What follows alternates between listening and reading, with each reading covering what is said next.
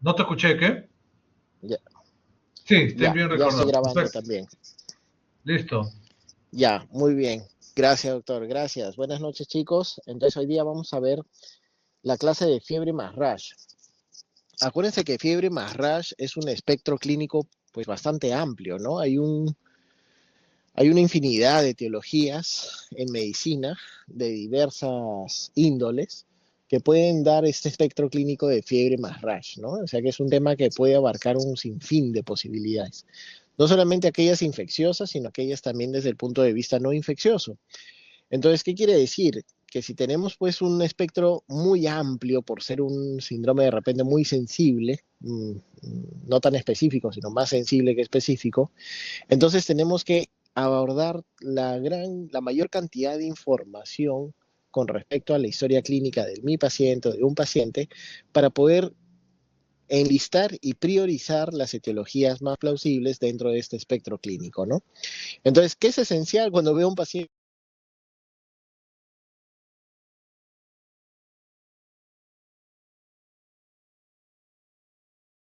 más o cuáles son los datos más relevantes para llevarme al diagnóstico? Bueno, tenemos varios de ellos y vamos a poner de repente alguno que otro ejemplo dentro de los mismos. Por ejemplo, conocer las drogas usadas recientemente por el paciente es un dato clave muy importante. Acuérdate que tienes muchos cuadros clínicos que pueden dar fiebre más rash en pacientes que han estado utilizando alguno que otro medicamento. Por ejemplo, tú podrías tener el famoso síndrome de hombre rojo, que se asocia a una infusión rápida de un antibiótico llamado vancomicina, que es un glucopéptido. Y este síndrome de hombre rojo se caracteriza por fiebre y adicionalmente aparece un rash que es muy característico, que es, o que principalmente abarca, es un exantema que abarca el tercio superior del tórax, miembros superiores, cara y cuero cabelludo, ¿no? Entonces tiene esta delimitación, no se ubica, por ejemplo, en el abdomen, no se ubica en los miembros inferiores, pero tiene esta distribución predominantemente cefálica desde el tercio superior del tórax hacia arriba, ¿no? Entonces, ¿qué quiere decir? Que es, por ejemplo, es una causa medicamentosa de fiebre más rash. El dato clínico de que el paciente estuvo recibiendo vancomicina en una infusión de repente muy rápida es lo que probablemente me lleve a este diagnóstico. Pero tengo, por ejemplo, otros medicamentos tipo anticonvulsivantes o fármacos antituberculosos que me podrían dar el famoso síndrome de Dres, que más adelante lo vamos a ver, que es un proceso sistémico, es un síndrome sistémico que se caracteriza por fiebre, linfadenomegalias, rash y eosinofilia, y que suele ser de presentación tardía, ¿no? Que se presenta más o menos hacia la cuarta semana de la ingesta del medicamento, como para recién comenzar a sospechar que se pueda tratar de ese síndrome. O tienes otros, digamos, más característicos como el síndrome de Steven-Johnson, la necrólisis epidérmica tóxica, etcétera, etcétera, ¿no? Entonces, las drogas que ha utilizado el paciente, sobre todo recientemente, y cuando se dice recientemente, pueden significar, pues, las del día anterior como la del mes anterior, son un dato clínico importante dentro de tu historia clínica. Los viajes fuera del área local, ya hemos visto, ¿no? De las enfermedades metaxémicas, hemos visto que muchas de ellas pueden cursar con rash asociado a fiebre. Por ejemplo, los virus tropicales, hemos hablado de dengue, hemos hablado de chikungunya, hemos mencionado a Zika también, ¿no es cierto? Y hemos visto cómo, por ejemplo, no solamente importaba la fiebre asociada al rash en estas etiologías, sino que también importaba la cronología de la fiebre en relación al rash. Entonces habíamos visto cómo en dengue primero empezaba el paciente a hacer fiebre y hacia el día 4, 5, 6 se agregaba el rash. En Zika, en chikungunya, habíamos visto que de repente el rash podría anteceder a la fiebre, ¿no es cierto? Y y en ese espectro de anteceder a la fiebre, entonces el paciente podía presentar rash desde el día 1 y posteriormente podía sumarse la fiebre como parte de la cronología clínica, ¿no? Entonces, cuando uno habla de fiebre asociada a rash, no solamente importa la mera presencia de ambos signos y síntomas, sino también importa mucho en qué momento se presentó uno en relación al otro. La cronología es importante, sobre todo cuando uno habla de virus tropicales. Otras enfermedades endémicas, otras patologías infecciosas endémicas de algunas regiones son importantes, no solamente ya hablando de virus tropicales, sino por ejemplo en el hemisferio norte podemos mencionar la enfermedad de Lyme, también conocida como borreliosis de Lyme. Es una enfermedad transmitida por garrapatas y eso sobre todo se ve en zonas desérticas del hemisferio norte, por ejemplo Estados Unidos, áreas de Texas, ¿no? Dallas, etcétera. Y la persona pues tiene un cuadro clínico caracterizado por fiebre, síntomas sistémicos inespecíficos asociados a la fiebre y unas lesiones dérmicas muy características con algunas particularidades. Por ejemplo, las lesiones de Lyme suelen ser lesiones de tipo Diana o también les llaman como que lesiones en ojos de búho o ojo de buey, perdón, o también les llaman lesiones tipo Target, ¿no? En inglés. Y la particularidad de las lesiones dérmicas en Lyme es que suelen ser migratorias, suelen ser de un carácter migratorio. Entonces en Lyme una lesión eritematosa pues comienza a desaparecer mientras comienza a aparecer una nueva en la zona más distal y mientras esta resuelve comienza a aparecer otra en la zona aún más distal. Y así pareciera, como su mismo nombre lo dice, que está migrando, que está caminando el eritema, ¿no? Entonces ese eritema migratorio también tiene una particularidad que me hace pensar en alguna etiología específica. Cuando a mí me hablan de un eritema migratorio, yo voy pensando en algunos agentes infecciosos en particular.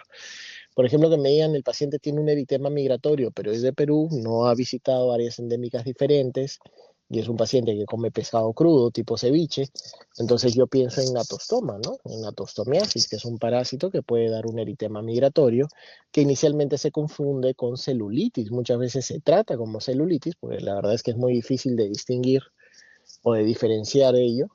Pero luego, en base al comportamiento del rash y el carácter migratorio del mismo, aunado al antecedente de que el paciente es peruano, come pescado crudo y demás, es donde yo empiezo a sospechar en natostomiasis. Entonces, miren qué importante es el dato clínico, la buena historia clínica, la anamnesis, y no solamente contentarme con el síntoma o el signo, sino que desglosar el síntoma o el signo en su máxima expresión. No solo me basta saber que hay rash, sino qué tipo de rash tiene, cómo se con respecto a la fiebre, qué tipo de patrón tiene un carácter migratorio, es doloroso, no es doloroso, etcétera, etcétera.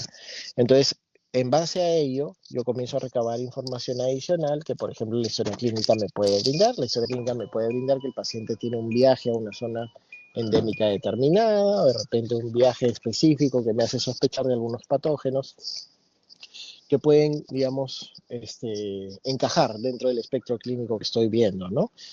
Por ejemplo, exposiciones ocupacionales, ¿no? Hay gente que hace fiebre más rash por exposición a químicos, sobre todo los agricultores o la gente que fumiga campos y está en contacto con órganos fosforados, la exposición al sol, evidentemente, las inmunizaciones, ¿no?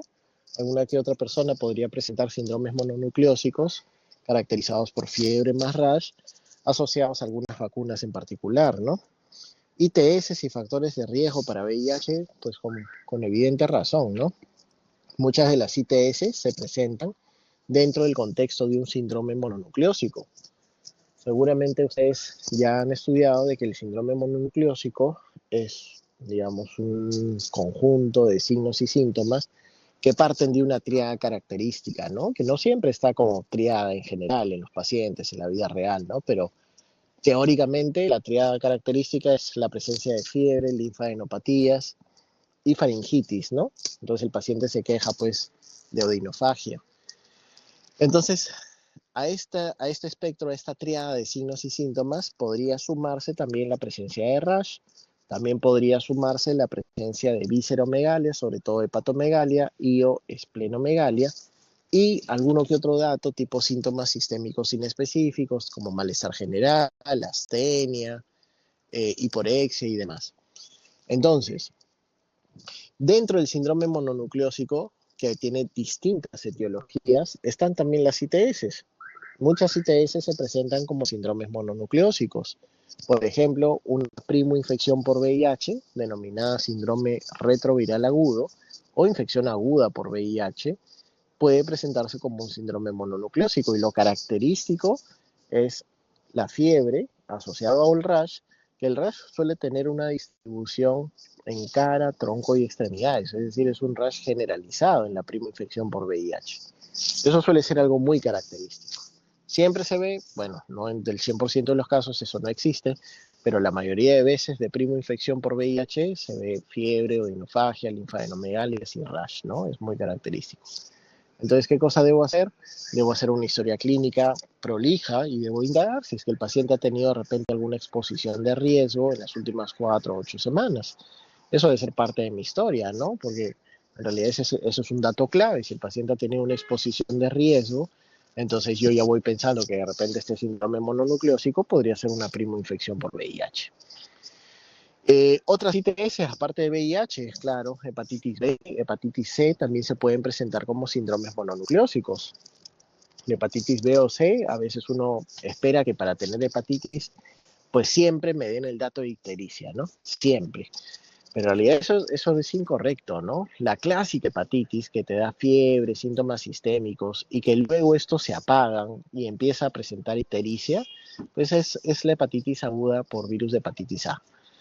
La hepatitis B o C, para que te dé un cuadro ictérico febril, generalmente la ictericia asociada a fiebre en primo infección por hepatitis B o C se ve más o menos en el 14 a 16% de las veces.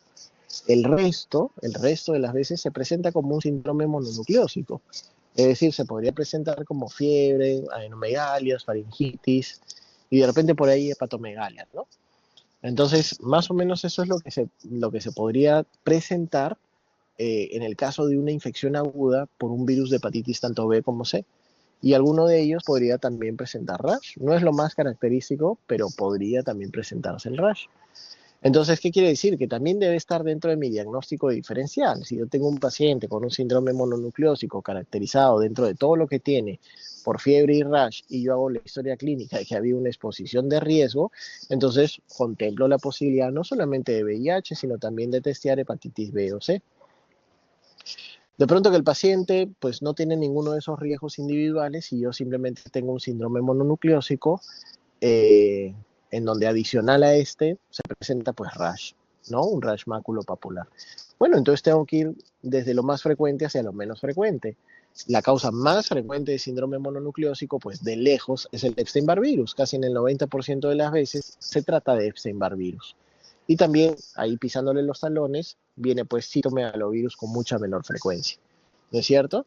Entonces, también pues lo planteo, si es que no tengo ningún factor de riesgo de tipo sexual, me refiero para una ITS, entonces comienzo a plantear de todas maneras las otras etiologías, que en realidad me voy de la más frecuente a la menos frecuente, y en este caso, si estoy frente a un síndrome mononucleósico con rash asociado, pues no puedo dejar de plantear Epstein-Barr virus o citomegalovirus.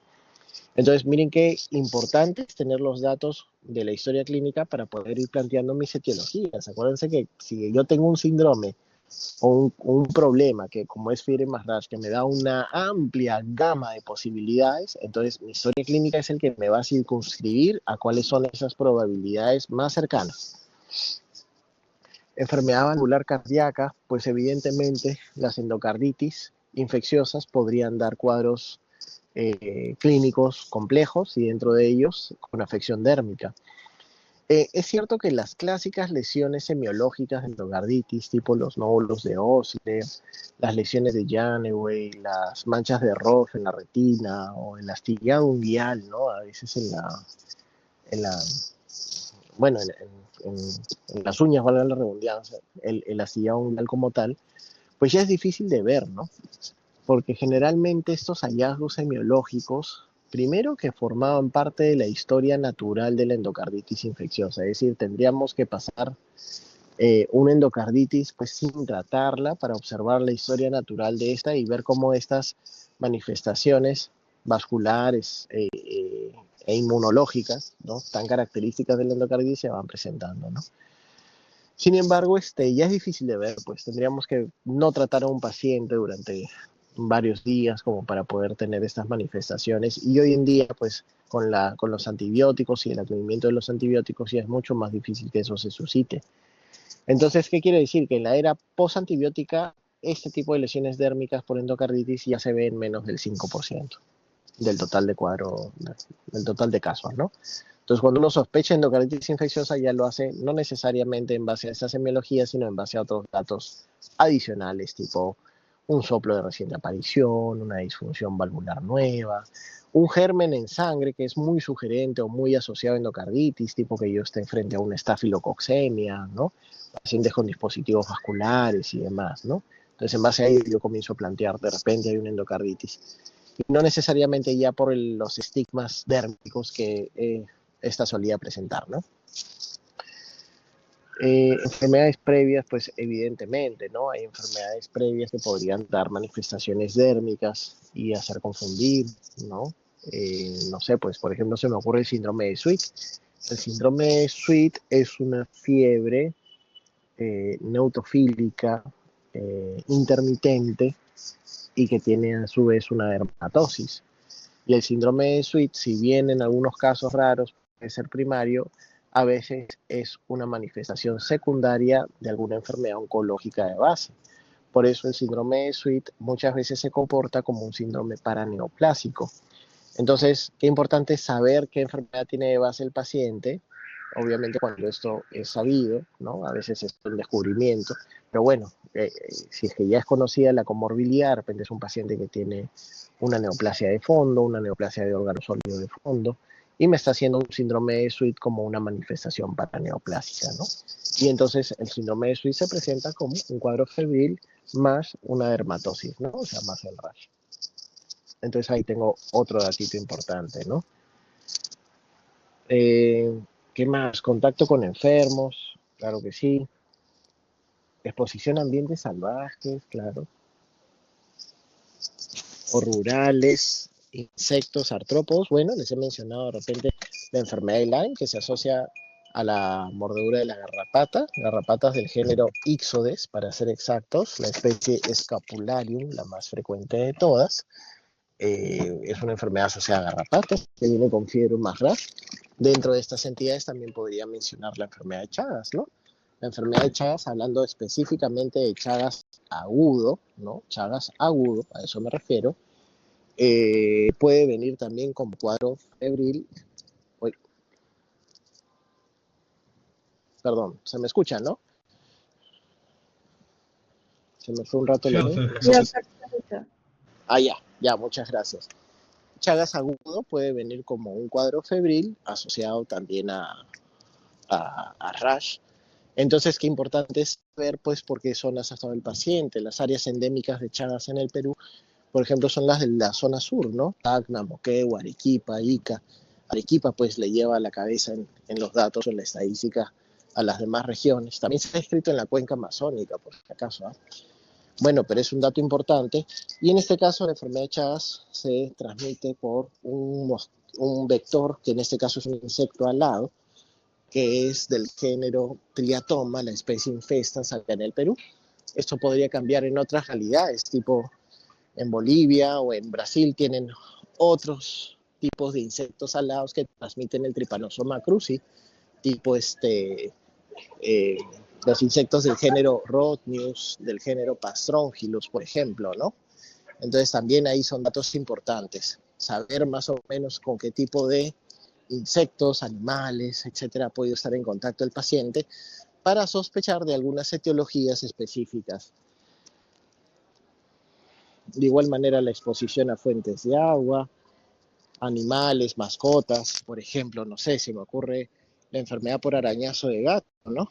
Qué importante es saber si la persona ha tenido contacto con gatos, si los gatos en realidad están en contacto, o bueno, si ha tenido contacto con las excretas del gato, eso más se ve en los niños, ¿no? Que a veces juegan en la cajita de arena, o de repente si la persona, los hábitos alimentarios, de repente la persona suele comer carne cruda o carne poco cocida, que es otra forma u otra ruta de contagio de toxoplasma, por si acaso, ¿no?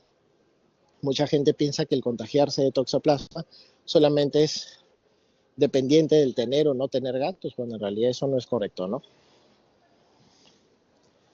Muy importante, aparte de toda la primera parte de la historia clínica, que es la anamnesis, los antecedentes y todos estos datos de viajes, mascotas, ocupación y demás que hemos mencionado, es tener un buen examen físico, ¿no? Y el examen físico prolijo tiene que partir por las funciones vitales. Hay algunos gérmenes, algunas etiologías o algunos microorganismos que podrían comprometerme la vida del paciente de forma aguda por ser extremadamente virulentos.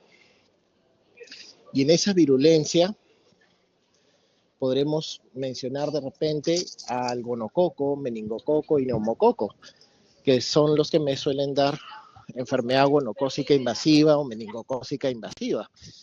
Estas entidades o estas manifestaciones clínicas suelen comprometer agudamente la vida del paciente.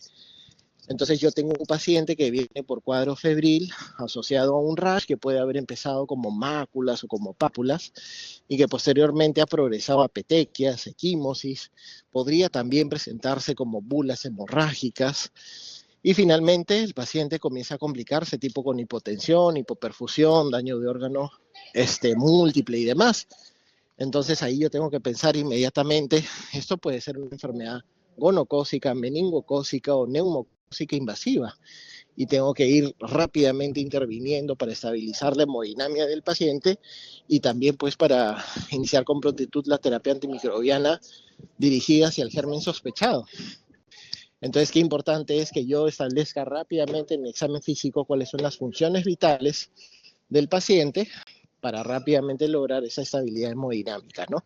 Estos gérmenes, aparte de dar este cuadro clínico de fiebre más rash, también se suelen asociar a inestabilidad hemodinámica por su alta virulencia y la rapidez en la progresión de la enfermedad. El aspecto general, los signos de toxicidad, las adenopatías, evidentemente. Acuérdense que muchos de los pacientes que vienen con fiebre más rash vienen en el contexto de un síndrome mononucleósico y por ende la presencia de adenomegalias va a ser un dato importante. Las lesiones genitales.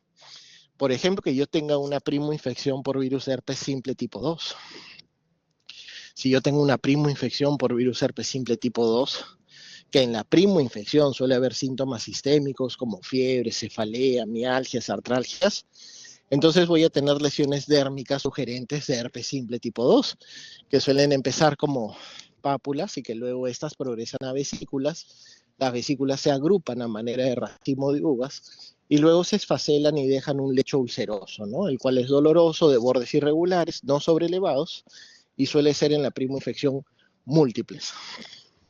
Es un dato importante y ese dato lo puedo obtener a través del examen físico, viendo la zona genital y encontrando este tipo de lesión característica, ¿no?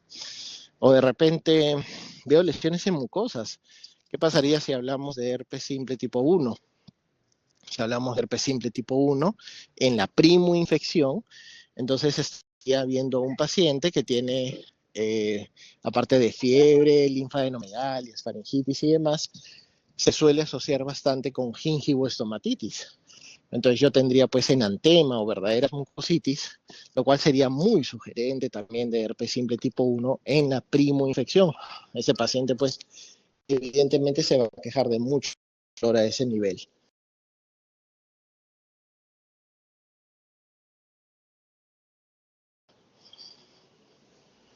Hepatoesplenomegalia, dato importantísimo. Por ejemplo, cuando hablo de Epstein-Barr virus, muy sugerente es encontrar esplenomegalia, tan sugerente que cuando en una mononucleosis infecciosa no tengo esplenomegalia, tendría que poner en duda el diagnóstico de Epstein-Barr, ¿no? Malaria, por ejemplo, ¿no? Si bien malaria no se suele asociar tanto a rash, es cierto, es infrecuente encontrar rash en malaria, no es imposible, pero es infrecuente.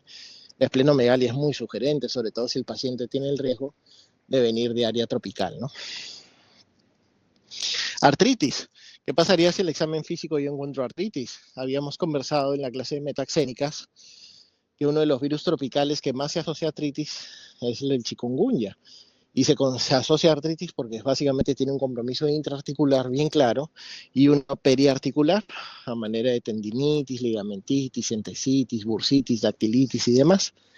Entonces, si yo tengo un paciente que tiene fiebre y que sobre todo inició la fiebre desde el día 1, que es un paciente que tiene rash y sobre todo que inició el rash desde el día 1 y posteriormente, hacia el día 4 o 5, inició la fiebre y que a esto, al examen físico y objetivo, verdaderas artritis a manera de poliartritis, sobre todo articulaciones pequeñas, viene de área tropical, pues pensaré en chikungunya a la cabeza, ¿no? Pero de repente me encuentro en otro escenario. De repente me encuentro con un paciente que tiene fiebre y que tiene lesiones bulosas hemorrágicas, equimóticas, algunas petequias. Veo que está con hipotensión, con llenado capilar mayor de 2 segundos y luce tóxico. Entonces yo empiezo a pensar, esto de repente es una enfermedad meningocócica, neumocócica o monocócica invasiva. Más aún, si es que encuentro artritis, de repente de ahí fue el punto de partida. De repente encuentro una artritis séptica, ¿no? Una monoartritis en la rodilla y planteo, de repente inició como una artritis séptica y luego se generalizó. Entonces pienso en gonococo a la cabeza.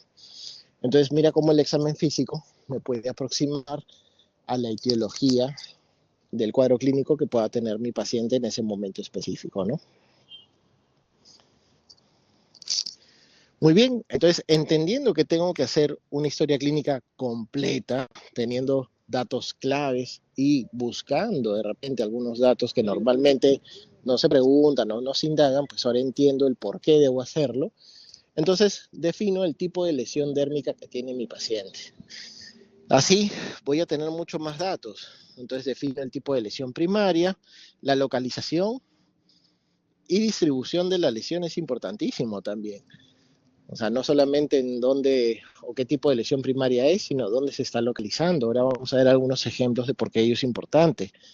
El número y tamaño de las lesiones, el patrón de progresión del exantema, ¿no? Es un eritema migratorio. O de repente es un exantema que inicia en la región de cara y luego se hace más distal, o sea, tiene una distribución cefalocaudal o una progresión cefalocaudal, mejor dicho. Todo ese dato es importante. El tiempo de aparición del exantema con respecto a la fiebre, pues creo que ya lo hemos hablado bastante, ¿no? Cuando hemos hablado de virus tropicales, también son datos sumamente relevantes. Entonces vamos a ver cada uno de ellos. En tipos de lesiones vamos a especificar aquellas que se suelen asociar a rash maculopapular, a lesiones vesiculares, a lesiones nodulares, a eritema difuso, a lesiones bulosas, a lesiones petequiales o hemorrágicas y al ectima gangrenoso. Vamos a ver ejemplos de cada una de ellas. Entonces, a ver si me ayudas con este caso clínico.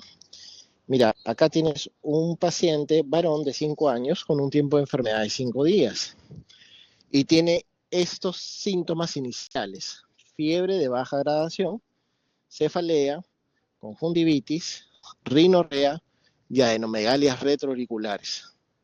Entonces, nota que tiene de repente un cuadro tipo coriza, ¿no? Fiebre o febrícula, tiene rinorrea, por ahí algunos ganglios, algunos detrás de la oreja, ¿no? Como lo ves en imagen, ¿no? Adenomegalias retroauriculares. Y después de este cuadro respiratorio alto, empieza un rash maculopapular que inicia en el rostro y luego se generaliza. ¿Qué etiologías podrías plantear? ¿Qué se te ocurre?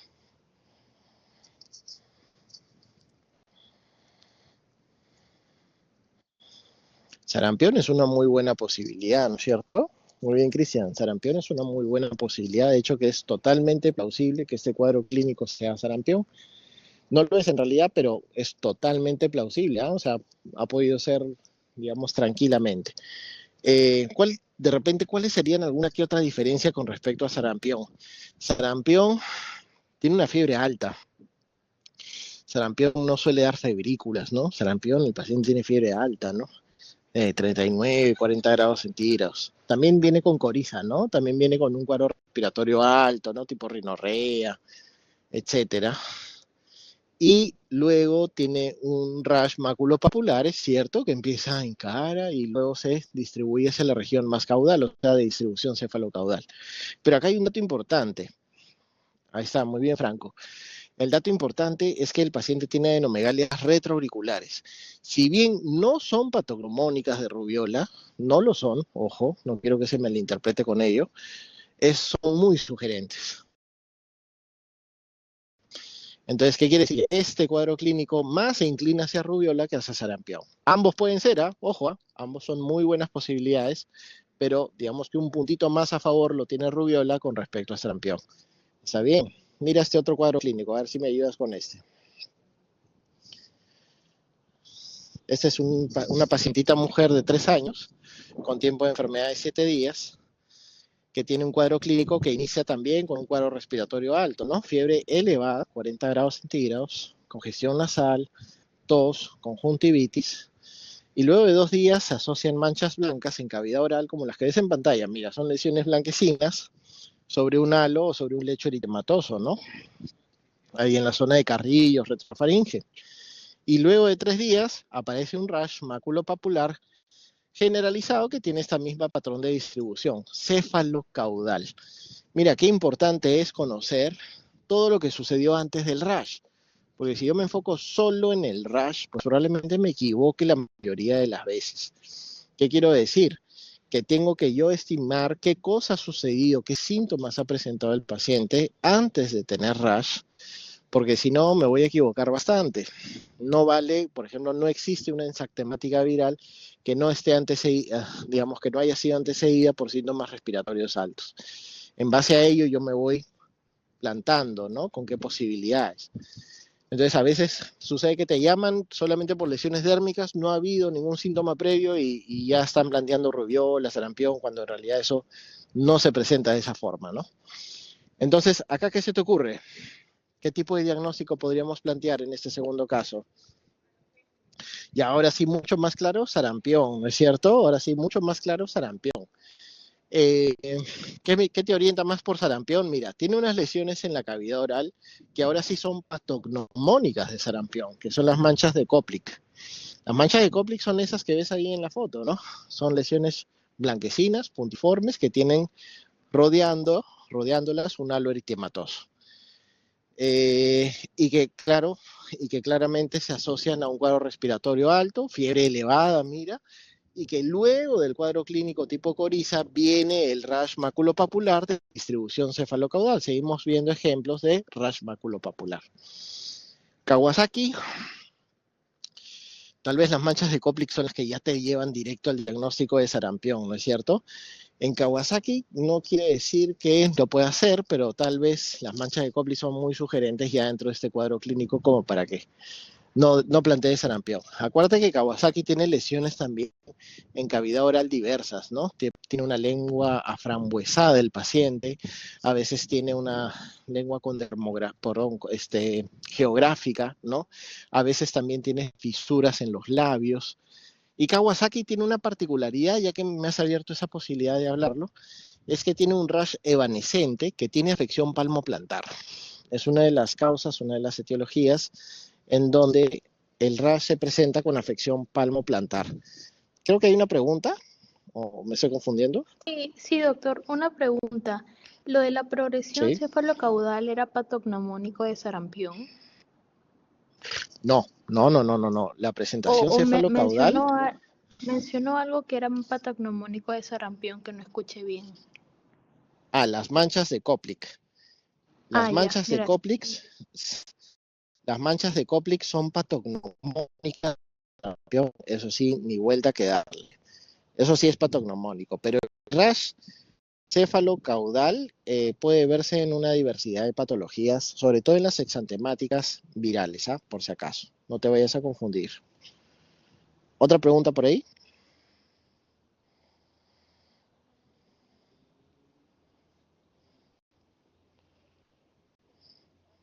¿Todo claro?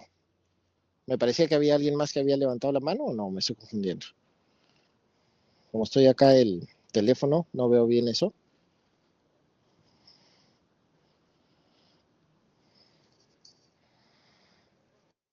¿Sí? A ver, pregunta. Sí, doctor. Había escrito por el chat, la conjuntivitis es clásica Ya. ¿de cuál es, porfa? Ya, la conjuntivitis la puedes ver en un montón de escenarios, Por ejemplo, si hablas de virus tropicales, en los virus tropicales que más asocian a conjuntivitis es el virus Zika, por ejemplo. Si hablas de, a veces, no conjuntivitis como tal, sino inyección conjuntival, que es muy similar, ¿no es cierto? Lo puedes ver sobre todo en leptospirosis, por ejemplo. Ahora, si tú me dices que entonces en dengue no hay inyección conjuntival, no, también hay, ¿no? Solamente que es más frecuente en Zika, más frecuente en leptospirosis. ¿Sí? ¿Se Sí, entiende, doctor, no? gracias. Ujú. Gracias también. A ver si me ayudas con este otro cuadro clínico. Ah, ya, estas son un poco más de fotografías de sarampión. Mire este otro cuadro clínico. Este es un pacientito varón de 2 años de edad con una enfermedad de 8 días. Y los signos y síntomas principales es, mira, empieza con febrícula, malestar general, síntomas sistémicos inespecíficos, y luego de 4 días se asocia un rash maculopapular e inicia en las mejillas, como puedes ver ahí en la fotografía, mira las mejillas qué rojitas están, y luego se extiende a las áreas expuestas y extremidades, respetando palmas y plantas. ¿Qué diagnóstico se te podría ocurrir?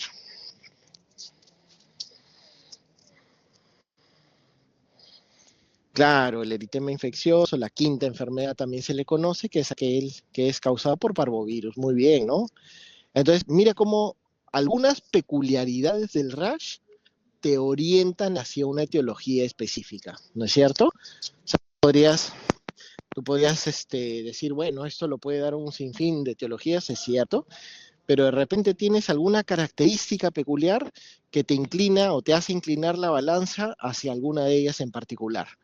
Eso que tú ves en la imagen es el signo de las mejillas abofeteadas y es muy característico de la quinta enfermedad causada por parvovirus B19, ¿no? Ayúdame con este otro cuadro clínico. Seguimos dentro de los ejemplos de rash maculopapular y mira, predominantemente estamos viendo etiologías virales, porque es así. El rash maculopapular predominantemente es de origen viral, perdón, no exclusivamente, pero sí predominantemente.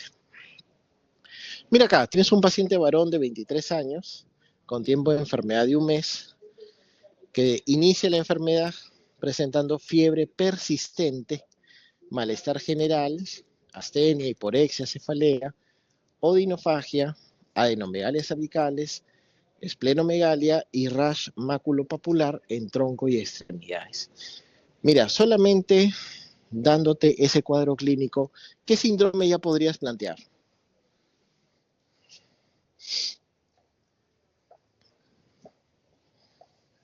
Solamente dándote el cuadro clínico que te acabo de leer, mira. Concéntrate ahí y saca los síntomas y signos más relevantes o algunos característicos, trata de agruparlos y claro, tienes un síndrome mononucleósico, ¿no es cierto? Tienes un síndrome mononucleósico, tienes un paciente con fiebre persistente, adenomegalias, odinofagia, y aparte de ello se le está agregando un rash, ¿sí o no?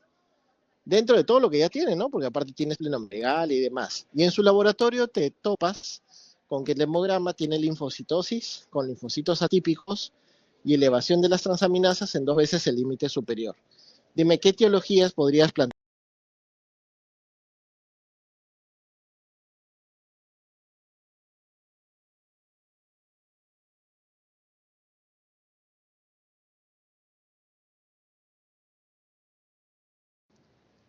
¿Se te ocurre alguna etiología?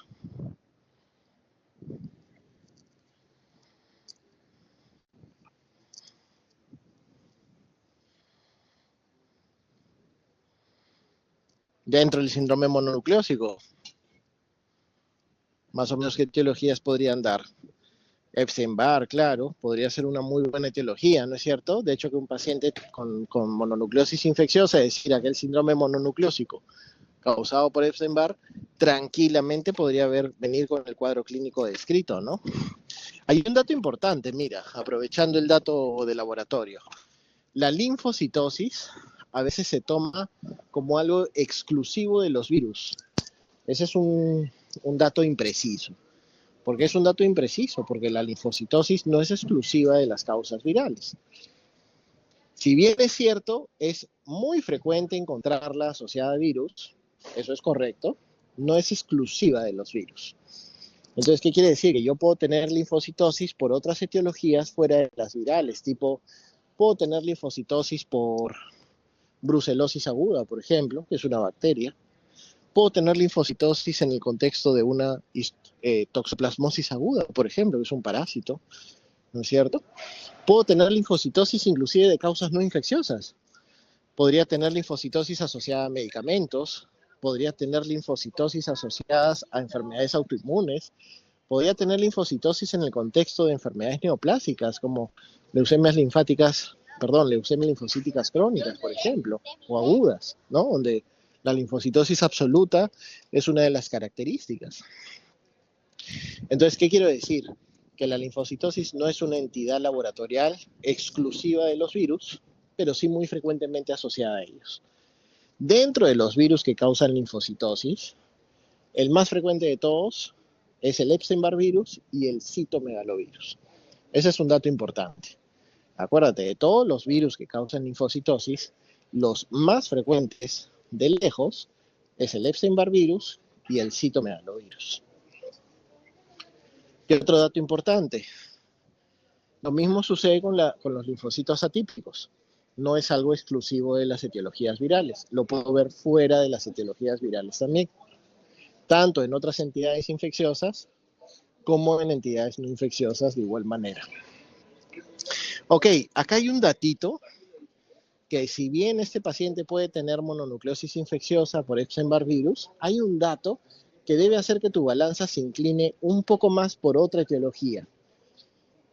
¿Te animas a plantear de repente otra causa?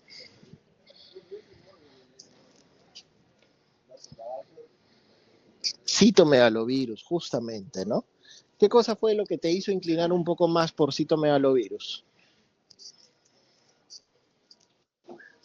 Eso, ¿no? La fiebre persistente, la fiebre prolongada. La fiebre prolongada en citomegalovirus podría durar hasta 42 días. Es decir, hablando de una infección aguda por citomegalovirus, ojo, no de una reactivación, sino de una infección aguda por citomegalovirus, la fiebre podría durarle a la persona 6 semanas, lo cual es tremendamente prolongado, ¿no es cierto? Tener fiebre por 6 semanas, con todo lo que eso involucra, malestar general, astenia, decaimiento, hiporexia, mialgias, artralgias, es terrible para una persona, pero así puede comportarse la infección aguda por citomegalovirus. Ojo, mucho ojo con ello. Entonces, de repente acá, un puntito más para citomegalovirus. No quiero decir que Epstein-Barr no pueda producirlo, pero de repente inclino un poco más la balanza hacia citomegalovirus por la fiebre prolongada. A ver, ayúdame con este otro. Sí, pregúntame. Doctor, Seguimos entonces viendo causas de rash en, maculopapular, ¿ah? en el caso anterior, ¿sería mononucleosis o citomegalovirus? En el anterior fue citomegalovirus, por la fiebre prolongada. Ah, no era Pero no mononucleosis. estaría mal que plantees Epstein-Barr virus, solamente que un puntito más a favor viene para citomegalovirus. Ya, gracias. Te doy, aprovechando tu pregunta, te doy otro dato más acerca del rash por Epstein-Barr virus. El rash del Epstein-Barr virus, en el contexto de una mononucleosis infecciosa, tiene una particularidad. ¿Alguien se la sabe?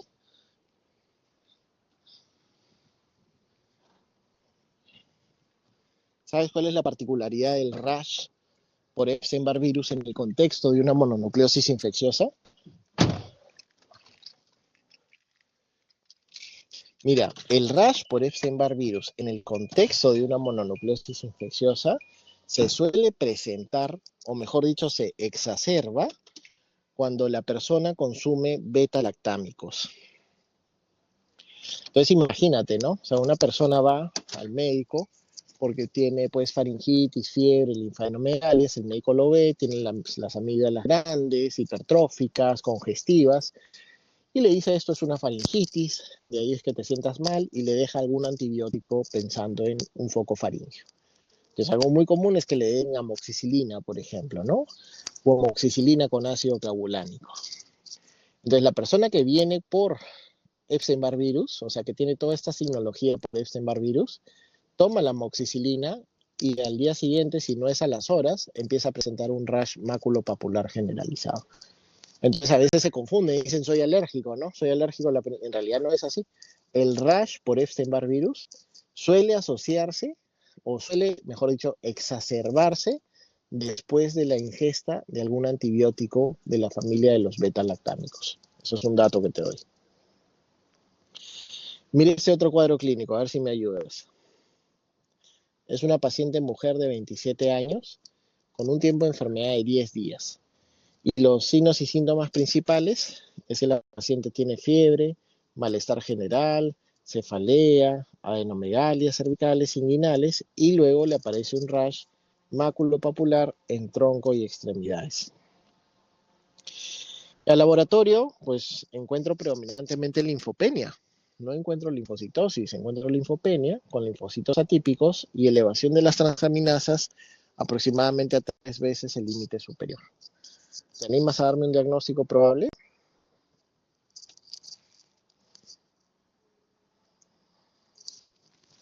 También tienes un síndrome mononucleósico, ¿sí o no?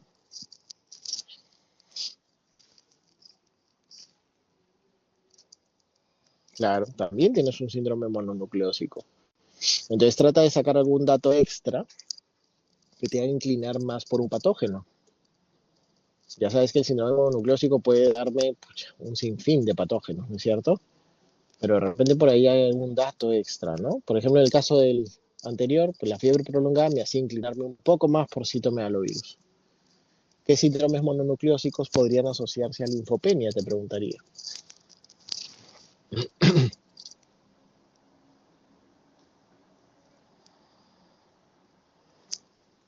¿Qué piensas?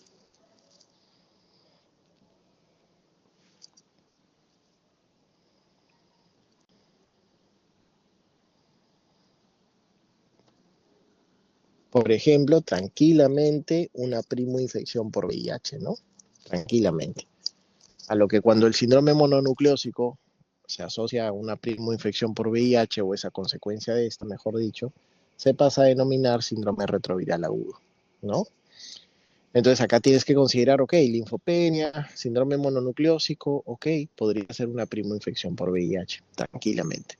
¿Quiere decir que solo el VIH da linfopenia? No, acuérdate que en medicina no hay absolutos, ¿no? No hay 100%, no hay 0%. Entonces quiere decir que es uno de los gérmenes que da linfopenia asociado al síndrome mononucleósico. Otro germen que podría dar linfopenia, influenza, por ejemplo. El COVID-19, ¿no? Su principal manifestación dentro de la serie blanca era la linfopenia también. Es dato importante, ¿no? Acuérdate también que dentro de los procesos sistémicos, y en su gran mayoría aquellos que causan síndrome mononucleósico, o sea, Epstein-Barr, citomegalovirus, hepatitis B, hepatitis C, herpes simple 1, 2, toxoplasma, etcétera, la gran mayoría de estos causan elevación de transaminasas, sobre todo a un valor inferior al que lo causan los virus hepatotropos. Entonces, mucha gente piensa que solamente la elevación de transaminasas, pues solo la pueden dar los virus de hepatitis, cuando en realidad no. Los virus de hepatitis, pues con mayor razón te dan elevación de transaminasas porque son virus, como su nombre lo dice, son virus hepatotropos, pero otro tipo de agentes que causan, digamos, enfermedad sistémica también pueden elevar transaminasas. Entonces, por ejemplo, yo puedo tener elevación de transaminasas por primoinfección por VIH, Epstein-Barr, citomegalovirus, herpes simple, COVID-19, ¿no es cierto? Todos ellos me pueden elevar transaminasas. Lo cierto es que yo pienso más en un virus hepatotropo cuando las transaminasas han alcanzado un valor de 500 a 1000 unidades sobre litro, ¿no? Recién ahí yo digo, ok, esta elevación está demasiado marcada, es más de 500 o está de 500 a 1000, entonces yo digo, eso debe ser un virus hepatotropo tranquilamente. Y ahí pienso más en un virus hepatotropo que en otras etiologías. El otro extremo del ejemplo es la fiebre amarilla, ¿no? La fiebre amarilla puede dar elevación de transaminasas, pero de forma exponencialmente alta, ¿no? Se encuentran las transaminasas en valores de 10.000, 15.000, ya muy cercanas a la insuficiencia hepática aguda, ¿no? Entonces, bueno, ese ya es el otro dato, ¿no? El otro extremo del espectro. Mire este cuadro clínico, a ver si me ayudas con este. Este es un paciente varón de 16 años que tiene un tiempo de enfermedad de 6 días. Empieza como fiebre. Mire estos datos respiratorios, ¿ah? Son datos clave. Tos no productiva, disnea de grandes esfuerzos y luego aparece un rash maculopapular en extremidades de tipo diana, como las que ves ahí en pantalla, ¿no? Son esas imágenes en Target o en ojo de buey que te describí anteriormente. Al laboratorio, pues no tiene alteración de los glóbulos blancos, en realidad no hay leucocitosis, no hay desviación izquierda, y sí tiene elevación de las transaminasas más o menos a 3 veces el valor límite superior. Un dato adicional es que por la clínica respiratoria de tos no productiva y disnea de grandes esfuerzos se le hace una, una radiografía de tórax, perdón, y se encuentra un infiltrado intersticial bilateral. ¿Te animas por ahí a darme algún diagnóstico probable?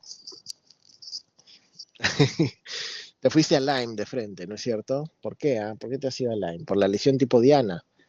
Pero te has olvidado que tiene un cuadro respiratorio que difícilmente se ve en Lyme, ¿no?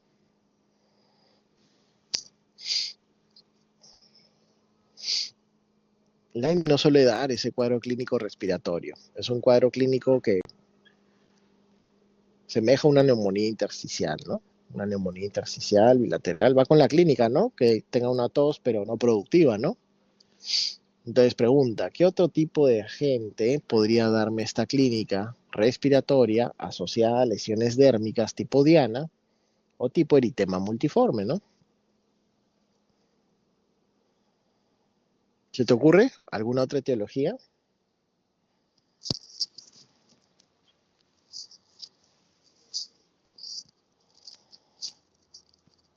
Mira, cuando tú tienes un cuadro clínico de neumonía intersticial, ¿no? Aparte que no hay leucocitosis, o sea, no semeja a un coco gram positivo, ¿no? Como por ejemplo un Streptococcus pneumoniae, ¿no? Que me daría una marcada leucocitosis con desviación izquierda y demás. Entonces tengo una neumonía intersticial y lesiones dérmicas tipo Diana o lesiones dérmicas tipo eritema multiforme, no puedo dejar de ver Mycoplasma pneumoniae, ¿no? Mycoplasma pneumoniae. Entonces acuérdate que cuando tú encuentras eritema multiforme, que son las lesiones tipo Diana, dentro de un espectro clínico, no dejes de pensar en Mycoplasma pneumoniae. Otro germen que podría causar este tipo de lesiones, además del Lyme, en otro contexto, evidentemente, también están los virus de herpes, ¿no? Herpes simple. No te olvides de eso. Entonces, a manera de resumen, tienes esta diapositiva, ¿no? Hemos visto causas de rash maculopapular que han sido predominantemente virales y dentro de las virales tienes sobre todo las exantemáticas de la infancia, ¿no? Sarampión, rubiola, eritema infeccioso, rociola, etcétera. Pero también pueden ser por otros virus, ¿no? Por ejemplo, Coxsackie, ¿no? Cuando yo pienso en virus Coxsackie, digo, cuidado con esta complicación. ¿Qué complicación podría darme el virus Coxsackie? Recuerda que el virus Coxsackie se asocian a los síndromes de mano, pie, boca o también llamados glosopedas. Igual es muy bien, Evelyn, miocarditis, ¿no? Ten cuidado con la miocarditis. Es más, cuando tú tienes un paciente con miocarditis, uno de los primeros agentes infecciosos a plantear es el virus Coxsackie. No te olvides, ¿no? En potencia, todos los virus pueden dar miocarditis, ¿sabes? Epstein-Barr, citomegalovirus, el propio VIH, pero Coxsackie de lejos se asocia mucho más miocarditis que los demás. Entonces, Coxsackie también hemos visto que puede causar rash maculopapular, hemos hablado de Epstein-Barr, citomegalovirus, ahí tienes por ahí varios ejemplos. Muy bien. Datos clave, datos importantes dentro del rash maculopapular. Te repito este datito porque es muy relevante. Acuérdate que a veces las lesiones maculopapulares, que pueden haber venido, como su nombre lo dice, a veces como máculas, como pápulas o ambas, podrían evolucionar y estas pueden evolucionar a petequias. Si evolucionan a petequias o equimosis o bulas con contenido hemorrágico, ten cuidado. No vaya a ser una enfermedad meningocócica invasiva, es decir, aquella causada por Neisseria meningitidis, un germen, una bacteria muy virulenta que puede llevar o puede tomar la vida de una persona en horas si no se trata rápida y adecuadamente. Si evolucionan a petequias, también podrías considerar rickettsiosis, ¿no? Como la fiebre de las montañas rocosas, también es una etiología importante. Y acuérdate que rickettsias también está dentro de los gérmenes que pueden tener rash con afección palmoplantar, ¿eh? Ojo, ¿eh? Acuérdate también las petequias o las equimosis. Ahorita termino esto y te paso el dato, Natalia. Mira, acuérdate que las petequias y las equimosis también las podría ver en el contexto de dengue, sobre todo en la fase crítica, ¿no? Cuando la persona tiene una predisposición a sangrar por el consumo de plaquetas a raíz de la extravasación, ¿no? Que habíamos hablado en clase la vez pasada. Entonces acuérdate que el dengue en la fase crítica, al igual que otras fiebres hemorrágicas, como por ejemplo ébola y demás, también podrían evolucionar estas lesiones maculopapulares a petequias. Sí, ahora sí dime, Natalia. Sí, doctor, mencionó algo de Neisseria meningitidis de una lesión de bulas. ¿Lo podría repetir? Sí, la Neisseria meningitidis, que me da la enfermedad meningocócica invasiva, al igual que la Neisseria gonorrheae, que me da la enfermedad gonocócica invasiva, al igual que Streptococcus pneumoniae, que me da la enfermedad neumocócica invasiva, podrían presentarse con lesiones dérmicas tipo bulas con contenido hemorrágico. También es otra presentación dérmica de la cual tú tienes que tener cuidado. Más aún si ves esta presentación dérmica en un paciente que luce tóxico y que tiene tendencia a la hipotensión o hipotensión que no responde a los fluidos. Más aún. Entonces, cuidado porque son etiologías que pueden llevarse rápidamente la vida del paciente. ¿Se entendió, no? Sí, doctor, gracias. Ya está. Ahora, un ojo también a la sífilis. Un acápite un poquito separado a la sífilis. ¿Por qué? Porque la sífilis está dentro de las etiologías consideradas como las grandes imitadoras. ¿Eso qué quiere decir? Que puede dar un espectro de lesiones dérmicas diverso, sobre todo hablando de la sífilis secundaria. La sífilis secundaria se menciona, ¿por qué? Porque la sífilis secundaria, el treponema pallidum, Vallida pallidum, se encuentra en el torrente sanguíneo. Es como una bacteremia, pero por treponema pallidum. Entonces la persona también puede tener fiebre asociada a linfadenomegalias, puede tener hepatomegalia, mialgias, artralgias y todos los síntomas sistémicos inespecíficos asociados a un proceso febril, ¿no es cierto? Entonces astenia, hiporexia, todo ello. Entonces, ¿qué pasa con el secundarismo sifilítico? Que las lesiones dérmicas que puede dar son diversas. Puede darme lesiones maculares, papulares, también me puede dar manchas. Las manchas pueden ser eritematosas, pueden ser hipercrómicas, pueden ser hipocrómicas. Se puede asociar a alteración de los anejos, entonces el paciente puede tener madarosis o puede tener alopecia. Eh, Sífilis me puede dar lesiones eritemato-descamativas, como psoriasiformes o como dermatitis atópicas. También me puede dar de repente lesiones tipo pústulas. También me puede dar raro, también me puede dar raro, pero lesiones vesiculares también, es rarísimo, pero también. Y también me puede dar lesiones tipo verrugas. Entonces la sífilis tiene un espectro muy amplio de presentaciones dérmicas, sobre todo cuando se habla de sífilis secundaria. Mire este caso, a ver si nos distraemos un poco con este caso. Este es un paciente de 17 años de edad, que es natural de Bagua, provincia de Amazonas, y que en el último mes se había mudado a el RIMAC, a la urbanización Cantagallo. Él es estudiante, es vendedor también de zapatos, o sea, estudia y trabaja, y viene de una zona pues muy humilde, ¿no? Donde se dedicaban pues ahí digamos, crianza de animales, tenían medidas higiénico-sanitarias muy eficientes, no tenían desagüe, no tenían acceso a agua potable, a la justa sí tenían electricidad, y de repente criaban animales como un dato adicional, aves de corral, cuyes, ahí tienes las piscigranjas que ves ahí en la pantalla, ¿no?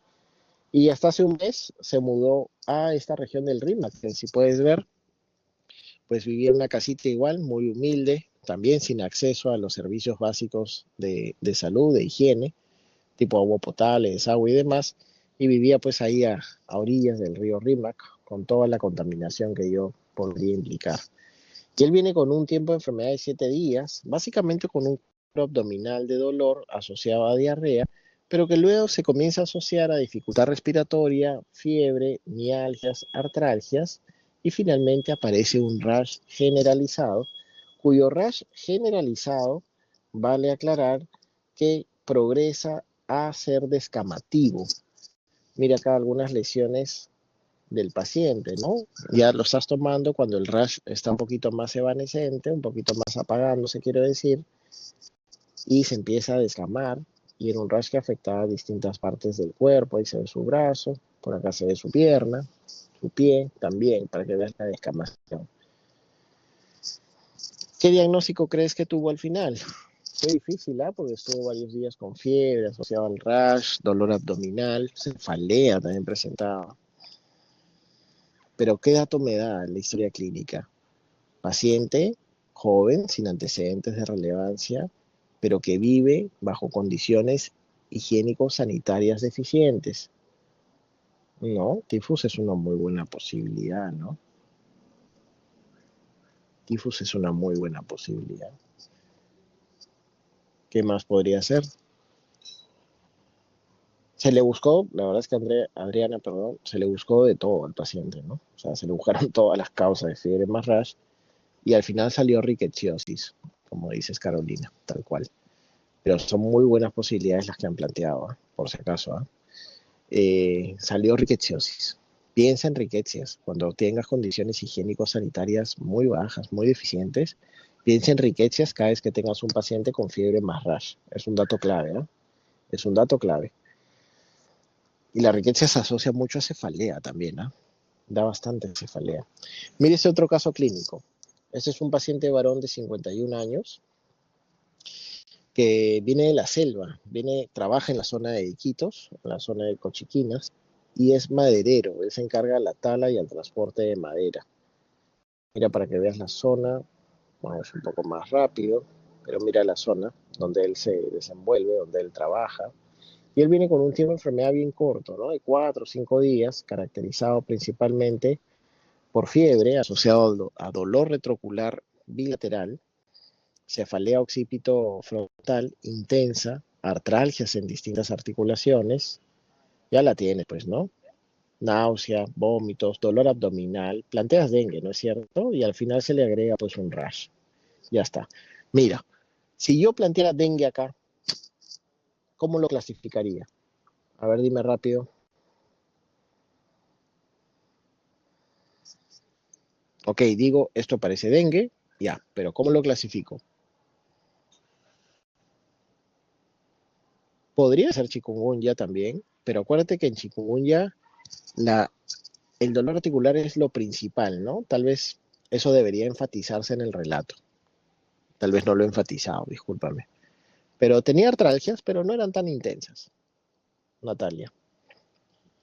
Tenía artralgia. Acuérdate que dengue da artralgias de por sí, ¿ah? Por el efecto sistémico del virus. Antiguamente se le conocía al dengue como la enfermedad rompehuesos por las artralgias, pero luego cuando ya chikungunya se conoció un poco mejor y se comparó el dolor articular de chikungunya por artritis, ya no se le comparó pues al del dengue, ¿no? Entonces el caso tendría que ser muy enfático, ¿no? Al decirte que el dolor articular es la principal limitante del paciente. Tendría que ser dengue con signos de alarma. Mira que tiene dolor abdominal. Ese es un dato clave, ¿no es cierto? El dolor abdominal probablemente sea el principal signo de alarma que tú tengas que buscar. No te olvides, ¿ah? Entonces este paciente tenía distintas lesiones dérmicas, ¿no? Mira, tenía estas máculas con un poco de hipercromía ahí central, eritema central. Estas son picaduras de mosquitos por la zona donde él se desenvuelve. Tenía equimosis, ¿no? En zonas de flexuras, en las zonas de venopunción, ya me voy preocupando, pues yo sé que las equimosis en dengue las empiezo a ver en la fase crítica, que eso se me puede complicar. Mira el rash que tiene, esos son mis dedos, ¿no? Tratando de hacer el contraste con el eritema que tiene el paciente. Entonces, mira el rash que tiene homogéneo, muy característico de la fase febril, que ya lo hemos conversado en clase. Tenía un poco de inyección conjuntival también, ¿ves? ¿Te acuerdas que te dije que la inyección conjuntival no es exclusivo de uno u otro virus? Lo pueden dar muchas etiologías. Ya sabes cuáles son las más frecuentes. Zika, leptospira. Pero bueno, en este caso fue dengue, como bien has dicho, y tenía un poco de inyección conjuntival. Mira que por ahí tiene esas lesiones. ¿Cómo podrías clasificar esas lesiones? Las que tiene ahí en el mentón. ¿Cómo las podrías describir? Porque eso que tiene en el mentón, eso no es por dengue, ¿ah?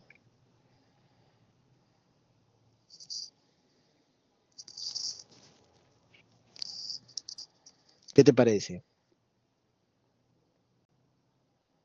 Mira, eso que tiene en el mentón son lesiones tipo pápulas, pero como agrupadas, ¿no es cierto? Eso después se convirtieron, ¿qué pasaría si te digo que se convirtieron en vesículas agrupadas, a manera de racimo de uvas? Eso es un herpes, claro. Eso es un herpes simple. Ahora, ¿que el herpes simple está explicando todo el cuadro clínico? No, pues el herpes simple solo es un oportunista, ¿no? Y se aprovecha en realidad en la situación de vulnerabilidad que pueda tener un paciente con respecto a su sistema inmune. Entonces, en este caso, el herpes se está aprovechando por la inmunosupresión transitoria que el dengue le da al paciente, ¿no? Pero es un dato adicional, ¿no? Es un dato aparte. Se le ha reactivado un herpes simple nomás. Mira en la imagen, mira el rash en la zona del abdomen. En este caso se ha distribuido no tan intensamente, ¿no? Es un rash tenue en mi abdomen derecho preferentemente, ¿no? Hasta ahí. Eso fue un dengue con signos de alarma. Mire estas otras imágenes. Este es un rash maculopapular generalizado que tiene afección de palmas y plantas. Dame tu diagnóstico.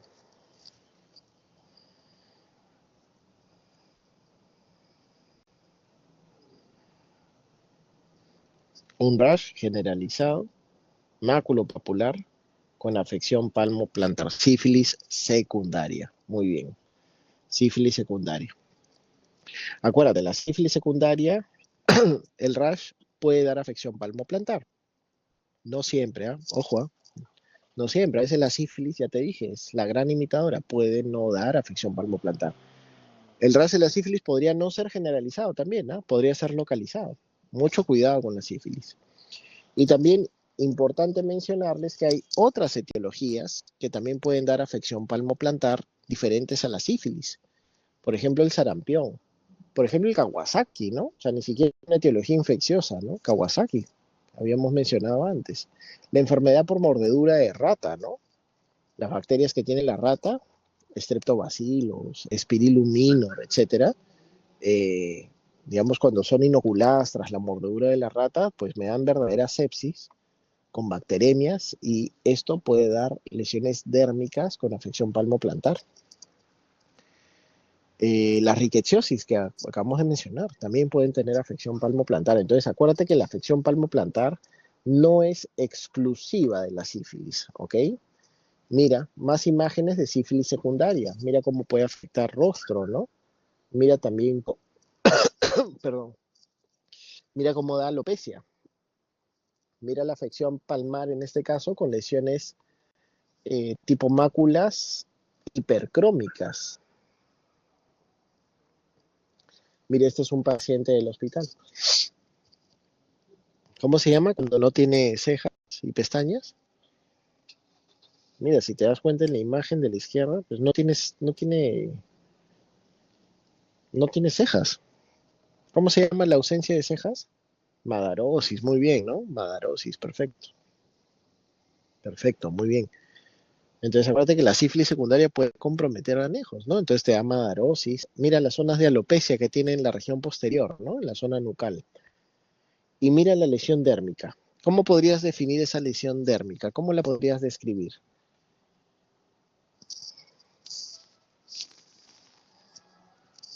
Cuando una mácula pues es demasiado grande, cuando ya sobrepasa, es una mancha, perfecto, eso es una mancha hipopigmentada o hipocrómica, da lo mismo. Y eso es por sífilis secundaria. Entonces, cuando tú piensas en sífilis secundaria, pues no quiero que pienses en un tipo de lesión dérmica específica. Puede ser, ya te dije, pústulas, máculas, pápulas, manchas, puede ser vesículas, puede ser verrugas, puede ser pústulas, puede ser eritematosas, pueden ser hipercrómicas, hipocrómicas, pueden ser generalizadas, pueden ser localizadas, pueden ser con afección palmoplantar, pueden ser sin afección palmoplantar. Mucho cuidado con la sífilis secundaria. Mire estas lesiones. Este paciente tiene una linfodenomegalia cervical y las otras son lesiones perianales de tipo verruga. Dame tu diagnóstico. ¿Qué me está causando esas lesiones perianales de tipo verruga?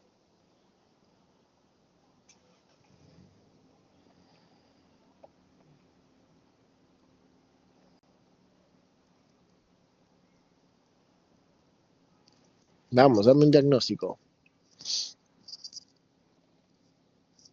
Muy bien, es la misma sífilis. Perfecto. Muchos podrían confundirse con virus del papiloma humano, ¿no es cierto? Pero acuérdate que la sífilis te da una lesión verrucosa en áreas húmedas, como la región perianal, planas. ¿Ves esas verrugas? Son planas, casi no tienen pedículo, por no decir que no lo tienen. Y a eso se le conoce como condiloma latum o condiloma plano. Y eso es sífilis secundaria. Con penicilina eso desaparece. Es una sífilis secundaria. Es otra manifestación dérmica. Mira cómo la sífilis puede dar verrugas en el contexto de sífilis secundaria. Mira acá, para no ser reiterativo, solo te voy a resaltar lo nuevo, lo diferente. Mira la palma que hay en el centro de la imagen. Es sífilis secundaria también, es una afección palmar, pero de tipo descamación. O sea, acá ya no hay máculas, ya no hay pápulas, acá simplemente es descamación. Y mira la imagen de la derecha. Tienes un chancro duro en la región genital y adyacente al chancro duro está la mano del paciente con la lesión descamativa. ¿Qué quiere decir? Que tienes la coexistencia de una sífilis primaria con una sífilis secundaria. Cuando tú tengas eso, la coexistencia de una sífilis primaria con secundaria, piensa en que es un paciente inmunosuprimido y tienes que descartar VIH. ¿Ok? Cuando se solapan las fases de una sífilis, sobre todo primaria con secundaria al mismo tiempo, piensa que el paciente puede tener VIH. Mire este otro paciente. Este paciente trabajaba también en la zona de la selva, ¿no? En la zona de Yurimaguas.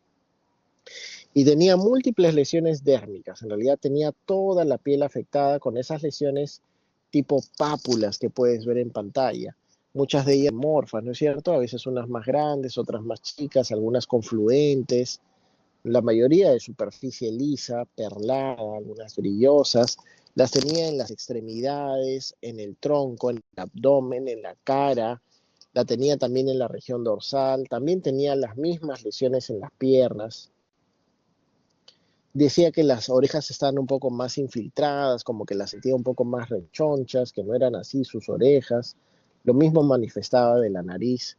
No sé si ves acá en la imagen que algunas de las pápulas tenían un centro umbilicado, ¿no? Se llama así cuando tienes una depresión central en la pápula. No sé si puedes ver, mira, en la imagen de la derecha, en la zona más distal, ¿ves la pápula umbilicada? En la parte más inferior de la imagen de la derecha. ¿Qué etiología me puede dar pápula umbilicada? Claro, molusco contagioso, tienes que plantear dentro de tus posibilidades, ¿no? Ojo, te doy otro dato. Pápulas umbilicadas también lo puedes ver en criptococosis cutánea. Anótalo. Es un dato importante, ¿ah? Para que tengas otro diferencial, pues, de pápula umbilicada, criptococosis cutánea. Ahora, ¿quiere decir que el molusco contagioso está causando todas las lesiones en el paciente? No, pues. El molusco contagioso está funcionando como el herpes simple en el contexto del dengue, ¿no? Es simplemente un oportunista, por ahí que se activan algunas lesiones por molusco contagioso, pero eso no explica el resto de lesiones. El resto de lesiones es otra patología de fondo, ¿no? Y la que me da criptococosis cutánea, criptococosis cutánea también me da pápulas umbilicadas. Y acá mira, lo que te debe dar el diagnóstico es este dato que te voy a soltar. ¿Ves ahí la lesión del paciente en la región dorsal, en la imagen que te estoy mostrando ahorita?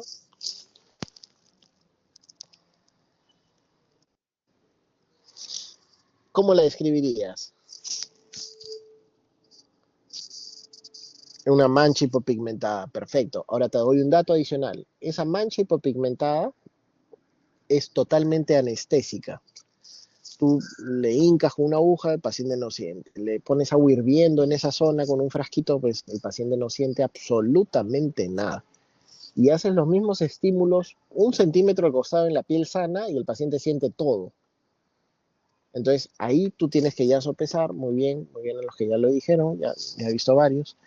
Lepra, lepromatosa, ¿no? Tienes que plantear el diagnóstico de lepra, de hecho que fue lepra, ¿no? En su expresión lepromatosa, ¿no? Algunos la conocen como lepra birchoviana también, o enfermedad de Hansen, ¿no?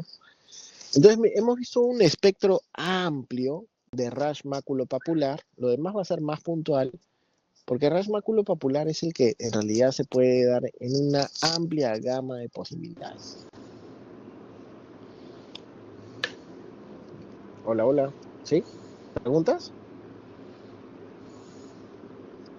¿Estamos bien? Ah, ya, por ahí se ha activado un micrófono, creo, ¿ah? No sé, pensé que me iban a preguntar. Bueno, luego pasamos a vesículas. Rápidamente, mira, las vesículas son menores de 5 milímetros y las mayores de 5 milímetros se denominan bulas. Y las causas más frecuentes tienes acá las virales, ¿no? Sobre todo la de los virus herpes o de los pox virus. Entonces las vesículas, por ejemplo, podrías verlo en el contexto de una varicela, tanto en la primoinfección como tal, varicela como tal, como en la reactivación del virus varicela zoster, ¿no? Ahí tú estás viendo en la imagen, eso es un herpes zoster. El herpes zóster, ¿qué cosa es? Es la reactivación del virus de la varicela, solo que quedó en su fase latente o en estado latente o quiescente en los ganglios dorsales del asta posterior de la médula, ¿no? Y luego se reactiva dañando pues todos los nervios de la raíz nerviosa correspondiente, donde se quedó en estado de latencia. Entonces, muy importante, mira, herpes zóster, si tú agrandas la imagen, vas a ver que son lesiones vesiculares agrupadas a manera de racimo de uva, pero acá plantea herpes zóster, ¿por qué? Porque estas lesiones siguen una distribución territorial y es literalmente que abarcan varios dermatomas de una misma metámera. En este caso le ha afectado el tronco, pero puede ser la cara, la pierna, cualquier zona en realidad de una metámera correspondiente, ¿no? Y asociado a esta lesión dérmica viene un dolor neuropático muy característico, ¿no? Muy característico. Bueno, vesículas también me pueden dar los virus herpes, eso lo sabes bien, ecovirus, viruela, que vamos a hablar un poquito, y otros pox virus en general. Mira acá, por ejemplo, mira esta imagen, qué característica la imagen de la izquierda, lesiones vesiculares agrupadas a manera de racimo de uvas, muy característico. Mira la imagen de la derecha, el polimorfismo, lesiones vesiculares en distintas fases, ¿no? Vesículas, algunas ya están en la fase costrosa, muy pruriginosas. ¿Qué diagnóstico tiene el chiquito? Si esto yo te digo que pican de alma una vez que empiezan a formar costra, claro, varicela, ¿no es cierto? Y te pueden quedar cicatrices, ¿no? Sobre todo si te rascas entre las espacelas. Mira acá lo que te mencionaba. Algunas de las vesículas pueden progresar, ¿no es cierto? Y te forman petequias o te pueden formar bulas agregadas o equimosis extensas. Ten mucho cuidado cuando el paciente tenga estas lesiones que ves en pantalla y aparte luzca tóxico, esté hipotenso. No dejes de plantear etiologías bacterianas tipo enfermedad gonocócica invasiva, meningocócica, creo que esto ya te lo repetió bastante. Estafilococo, pseudomonas también podrían darlo, pero no dejes de plantear enfermedad meningocócica y gonocócica invasiva. Son lesiones muy sugerentes de ello. De viruela del mono, solamente dos palabritas, ya que hemos tenido el brote epidémico de forma no tan lejanamente. Es un virus ADN de doble cadena, del género ortopoxvirus. Acuérdate que hay dos variantes importantes, la centroamericana y la de África Occidental, pero la más grave y la de mayor transmisibilidad es la centroamericana, ¿no? Recuerda que acá las formas graves, o mejor dicho, las formas graves de viruela del mono, siempre se veían en el contexto de inmunosupresión severa, ¿no? Los pacientes inmunocompetentes solían hacer un cuadro que se autolimitaba y que no progresaba a las formas más graves. Llámese formas graves aquellas que tenían una gran afección de piel y partes blandas, con sobreinfecciones bacterianas, aquellas que hacían neumonitis, por ejemplo, uno de los cuadros clínicos más graves que ha habido, ¿no? Entonces, bueno, teníamos un paciente que tenía un periodo de incubación de 5 a 21 días y la manifestación clínica se dividía en dos, ¿no? Un periodo de invasión y un periodo de erupción cutánea. El periodo de invasión duraba menos de 5 días y eran los síntomas sistémicos, ¿no? Venía fiebre, cefalea, linfadenopatías, dolor de garganta, dolor de espalda, mialgia, astenia. Y el periodo de erupción cutánea duraba 1 a 5 días después del inicio de la fiebre. Las lesiones cutáneas eran muy características. Ahora te voy a mostrar imágenes, pero seguían esta evolución. Pasaban de máculas a pápulas a pústulas. Luego también podrían, de máculas a pápulas a vesículas y luego pústulas y finalmente costras. La pústula luego se facelaba, ¿no? Y dejaba una lesión ulcerada de muchas veces del lecho necrótico, sobre todo en las formas más agresivas. Y luego recién se formaba la costra. La localización era diversa, ¿no? Pero predominaba sobre todo en la zona del rostro, palmas y plantas. Mira, tienes otra entidad que puede tener afección palmoplantar, mucosa oral, genitales, conjuntivas en menor medida. Mira las imágenes. ¿Cómo podrías definir esta lesión que ves en pantalla? Mira la del dedo, por ejemplo. ¿Cómo la clasificarías?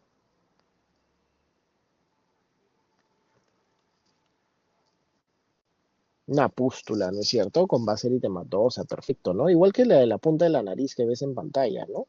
Entonces tienes lesiones pustulares muy características, acá de igual manera, pero miren el brazo. En el brazo ya empiezan a formarse unas lesiones un poquito más planas. Ahorita te voy a pasar otra imagen, la que quiero que veas. Acá está. Mira las manos del paciente.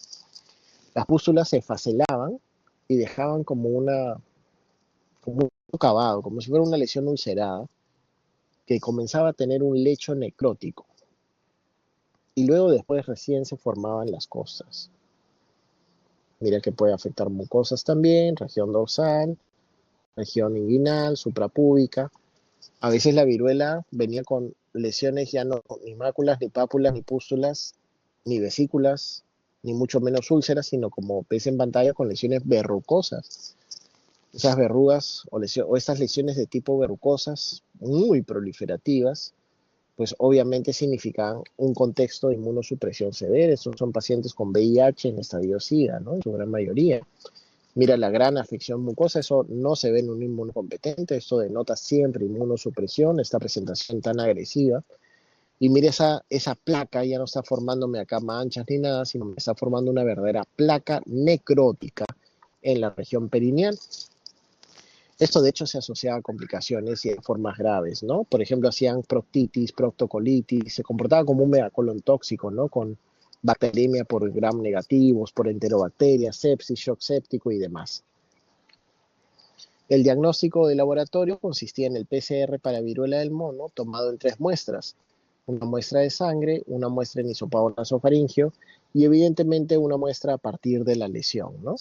El tratamiento, pues tú ya sabes que tenías que dar todas las medidas de soporte, sobre todo si el paciente era inmunocompetente, sabías que esto se iba a autolimitar y le dabas recomendaciones a base de sintomáticos y el aislamiento de contacto, porque es una entidad que se transmite preferentemente por el contacto, y si es que hay relación sexual, pues con mayor razón. Eh, y para las formas graves no hay un antiviral como tal creado para viruela del mono, pero sí existe un antiviral creado para viruela que puede tener algo de actividad frente a la viruela del mono, que se llama tecovirimat y se reserva hasta hoy en día para las formas graves de viruela del mono. Es decir, esta viruela con afección dérmica importante, tipo placas necróticas o neumonitis por viruela, ¿no? Mira, por ejemplo, acá, hablando ya, pasando a otro tipo de lesión, ya dejando un poco atrás la viruela, el acápite de viruela del mono dentro de las lesiones vesiculares, aunque has visto que abarca un espectro mucho mayor. Acá tenemos, por ejemplo, lesiones nodulares. Cuando veas lesiones nodulares, vas a plantear algunas causas infecciosas, pero vas a no olvidar causas no infecciosas. Por ejemplo, en nódulos, plantea micobacterias, ¿no? Hongos, no te olvides de ello. Pero no te olvides de repente del eritema nodoso o síndrome de Sweet, que muchas veces te he comentado que son expresión de algo secundario. Por ejemplo, el eritema nodoso podría ser, si bien idiopático, también podría haberse asociado a entidades infecciosas tipo Mycobacterium tuberculosis, pero también podría haberse asociado a otras entidades, sobre todo reumatológicas. El síndrome de Sweet muchas veces podría haberse asociado como un paraneoplásico, es decir, una neoplasia de fondo. A veces ya se sabe que el paciente tiene una neoplasia, ya sea el síndrome de Sweet, o a veces no se sabe que tenía neoplasia y el síndrome de Sweet me lleva al diagnóstico, o sea, me lleva a buscar y finalmente encontrar una neoplasia de base, ¿no? Mira, y las lesiones nodulares, en los textos se habla que las lesiones nodulares se palpan mejor de lo que se ven, ¿no? Hablando de eritema difuso o eritrodermia, ¿no? Que es este eritema como si te hubieras quedado dormido bajo el sol, es un eritema homogéneo y generalizado. Tienes también entidades infecciosas y no infecciosas que pensar. Por ejemplo, dentro de las infecciosas, no te olvides de la fiebre escarlatina o el síndrome del shock tóxico estafilocócico. Es un síndrome por toxinas, ¿no es cierto? Pero no te olvides también de las toxicodermias tipo Steve Johnson, necrólisis epidérmica tóxica o Kawasaki también dentro de las vasculitis de pequeño vaso. No te olvides del síndrome de Sézary también, ¿no es cierto? Un tipo de leucemia. No te olvides del síndrome de Sézary.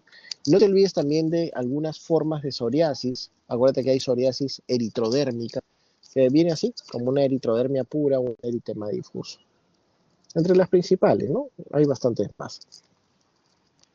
Acá lo que te mencionaba, mira, las bulas hemorrágicas. ¿Te acuerdas que te dije? Bulas hemorrágicas, piensa, meningococo, estreptococo, gonococo. No te olvides de eso. Más aún si el paciente está tóxico, febril, hipotenso, pues no dejes de considerarlo. El ectima gangrenoso también, ¿no? Acá hay una imagen de ectima gangrenoso que te voy a mostrar más adelante. Espérate. Mira, las petequias, creo que hemos hablado también bastante de eso. Piensa en petequias cuando tengas, por ejemplo, meningococo, o sea, Neisseria meningitis, gonococo, o sea, Neisseria gonorrheae, y estreptococo, es decir, Streptococcus neoformans, neumococo. Esos tres. Mira las petequias, ¿no? En las petequias también piensas en los tres, ¿ah? De nada. En las petequias también piensas en los tres. No te olvides de meningococo, no te olvides de gram negativos, ¿no? También te pueden dar petequias. No te olvides de riquecias. Te había comentado que las riqueciosis también pueden dar lesiones que evolucionen hacia las petequias. Y acá está el ectima gangrenoso, que quiero que lo fijes también. Mira, el ectima gangrenoso es una lesión que se presenta como mácula eritemato-violácea descamativa, pero que luego progresa rápidamente hasta formar una úlcera. Y esa úlcera es profunda, ensacabocado y tiene un fondo necrótico. ¿Ves la úlcera con fondo necrótico? No te olvides, tienes que pensar ahí en ectima gangrenoso. Y cuando veas un ectima gangrenoso, acuérdate que hay varios gérmenes que pueden darlo. Se puede ver en el contexto de sepsis y sobre todo tienes que pensar en dos gérmenes a la cabeza. Uno, Pseudomonas aeruginosa y dos, Staphylococcus aureus. Eso no quiere decir que no haya otros patógenos que puedan dar ectima gangrenoso. Ahí los tienes enlistados. Hay otros que pueden dar ectima gangrenoso también, no solo bacterias, sino también hongos. Pero no puedes olvidarte de Pseudomonas aeruginosa y Staphylococcus aureus dentro de tu diferencial de ectima gangrenoso. Bueno, y acá tienes una lámina que te resume las causas como que preocupantes, las causas como que pueden llevarse la vida de un paciente, que dan fiebre y exantema. Ahí te las dejo, te las he mencionado varias veces a lo largo de la presentación. Las lesiones de endocarditis, ¿te acuerdas que te había mencionado que son muy raras? Hoy en día, en la era postantibiótica, menos del 5% de las veces las vas a ver. Tienes, por ejemplo, los nódulos de Osler, mira, característicos en la zona hipotenar, subcutáneos, dolorosos. Tienes, por ejemplo, las lesiones de Janeway, que son esas lesiones eritematosas, no dolorosas, pueden ser hemorrágicas o pustulares. Tienes las lesiones en astilla, ese es el nombre que no me acordaba, splinter. Las lesiones en las conjuntivas también. Entonces, esta es la semiología clásica de la endocarditis, muy rara de ver hoy en día. Muchas gracias, doctor, también a usted.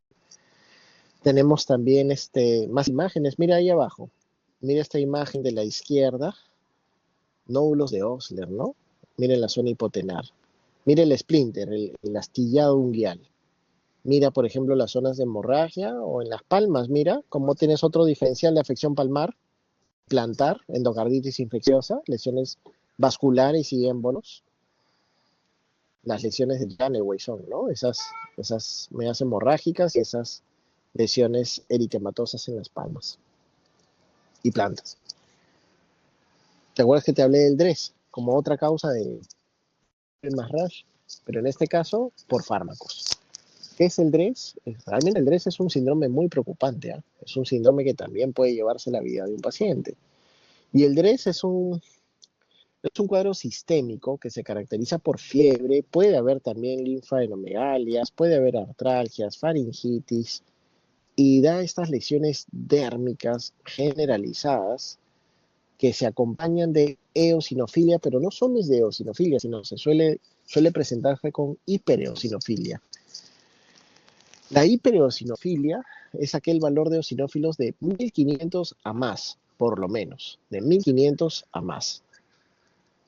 Entonces ahí tú piensas en un DRES, ¿cuándo? Cuando el paciente ha estado tomando algún tratamiento, por lo menos por 4 semanas en adelante.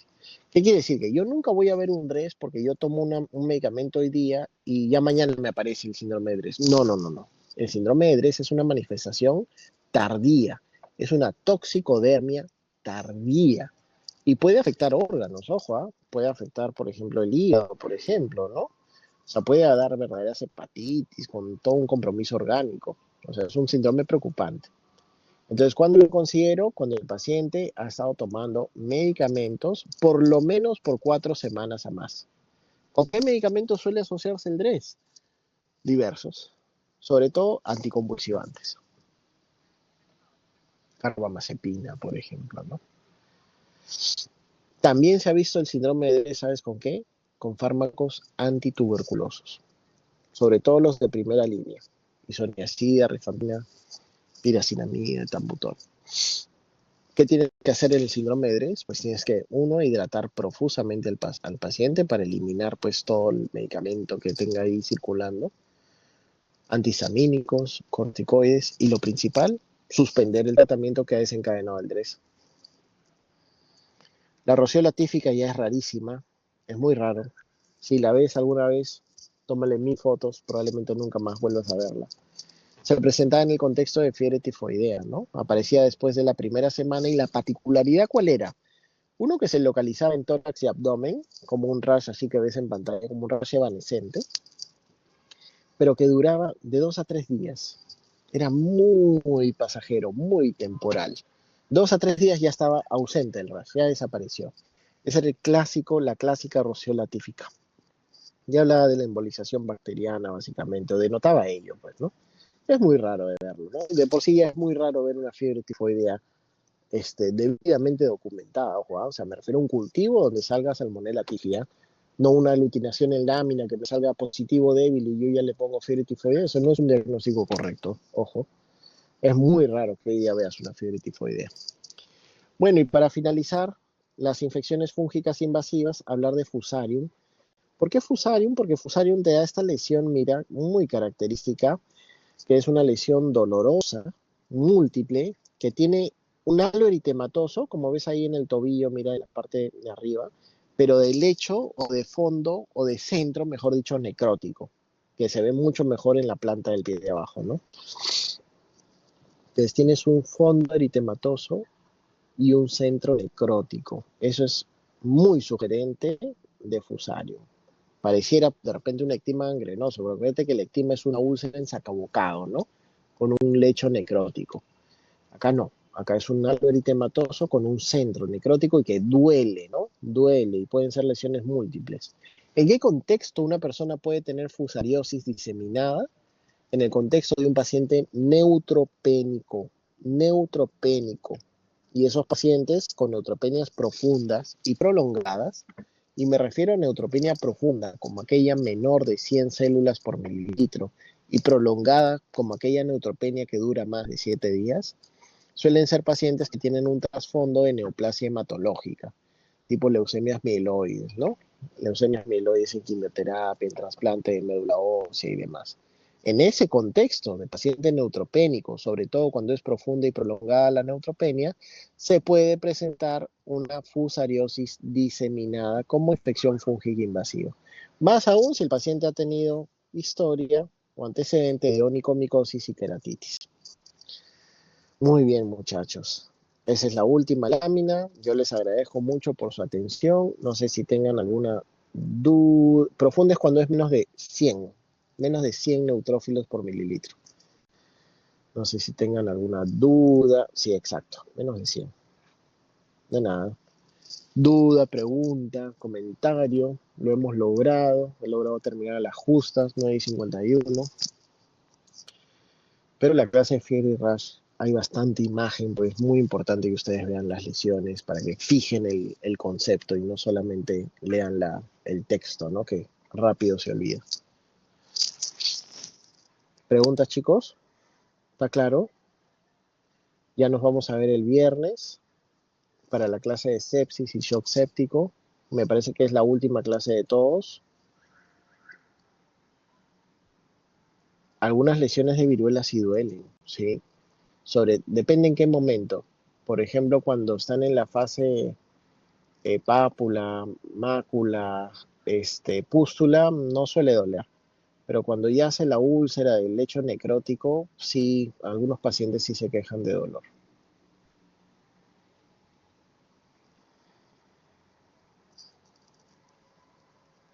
Sí, de nada. Sobre todo en los inmunosuprimidos, ¿no? Se veía mucho este tipo de lesión tan característica en pacientes VIH en estadio SIDA, ¿no? Pero así, no característica, sino tan florida, ¿no? A eso me refiero, cuando son lesiones grandes, compromiso de mucosas, extensas, compromiso de órganos y demás.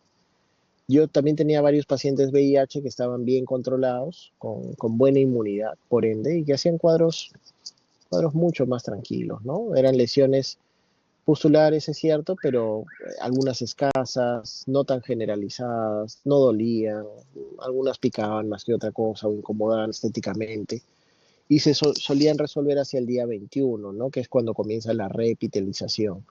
Entonces, no basta con tener VIH para hacer este cuadro severo, sino tiene que tener VIH en el contexto de inmunosupresión severa, o sea, un paciente VIH que de repente no toma bien su tratamiento o no lo toma y ha progresado el estadio SIDA. Pero un paciente VIH que está bien controlado, con buena inmunidad, pues no hacía cuadro severo en realidad. Y tampoco era solo en pacientes VIH, también habían pacientes no VIH con viruela del mono. Y también el cuadro solía ser autolimitado, ¿no? No tan sintomático. Ok, muchachos. Voy a dejar de grabar, espérense. Voy a dejar de grabar.